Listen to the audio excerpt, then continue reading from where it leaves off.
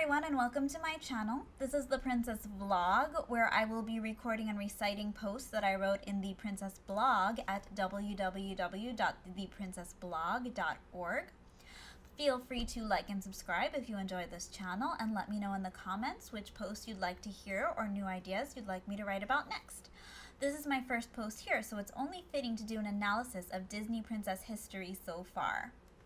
As the title states, it's been 80 years since the release of the first animated princess movie and animated movie in general, Snow White and the Seven Dwarfs. Since then, Disney has made over a dozen more princess movies spanning through multiple generations of girls and women.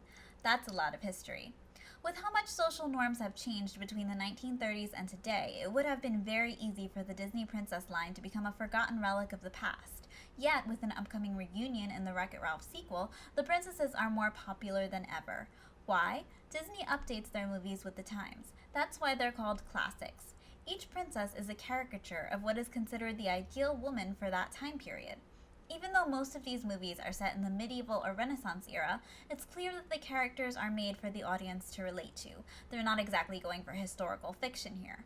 Because of this, Cinderella was written as a standard 50s housewife, Ariel was a rebellious teen of the late 80s, and Merida and Moana were modern heroines who don't need a man to rescue them.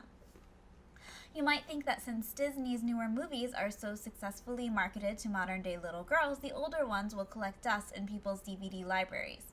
Despite portraying outdated ideals that modern feminists are trying to overturn, Snow White, Cinderella, and Aurora have not been removed from the Disney princess roster, nor will they ever be. This is thanks to Disney's enormous corporate empire, which allows them to continue promoting everything they've made until the end of time using merchandise, theme parks, re-releases, and remakes. In short, Disney is so big now that they are unstoppable as a corporation. The idea for the Disney Princess line actually began in the year 2000 by Disney Consumer Products Chairman Andy Mooney.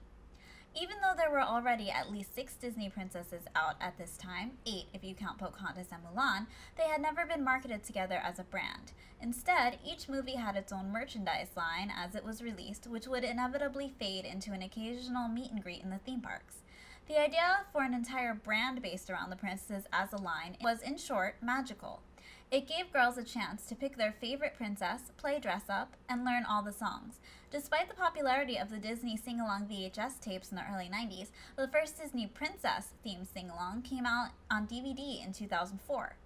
Each princess possessed qualities that all different types of girls and women could relate to. In a way, it makes sense that the princesses weren't branded as a whole until after the 90s, because the early Golden Age princesses had approximately a decade-long gap between movies.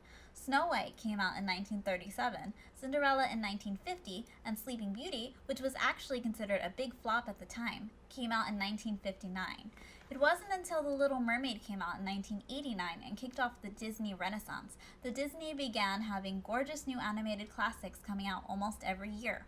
By 1992, there were already 3 new Disney princesses, Ariel, Belle, and Jasmine, who transcended the stereotypes of passive women who couldn't think for themselves. Yet, the image that Disney used to market their princesses in the early 2000s is still vastly different from the Dream Big Princess campaign that Hasbro started in the past couple of years. They went through a variety of different designs, nearly all of which focused on big dresses, glitter, jewels, and vanity. They started to morph into multiple faces of the same person, one that valued beauty and riches and went against all of the messages portrayed in their films, such as kindness, love, and inner strength.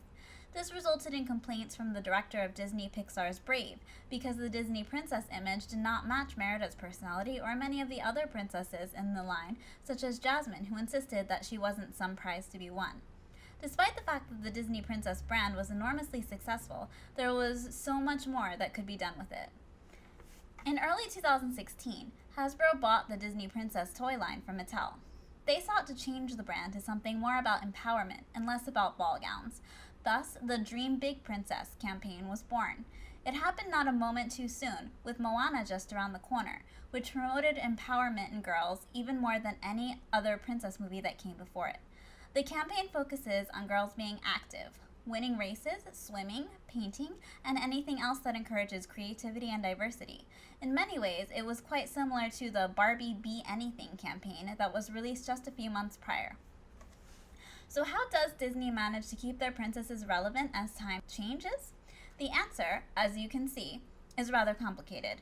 It's a combination of having a long legacy of characters that are well known in pop culture, constantly releasing new characters that evolve with the times, and regularly updating the way they market those characters to appeal to the modern girl. That's it for today, guys. Thanks for watching my channel. If you enjoyed this video, please like, subscribe, and let me know in the comments which princess or princesses you'd like to hear about next. Feel free to check out the video description for all relevant links. And remember to always follow your dreams.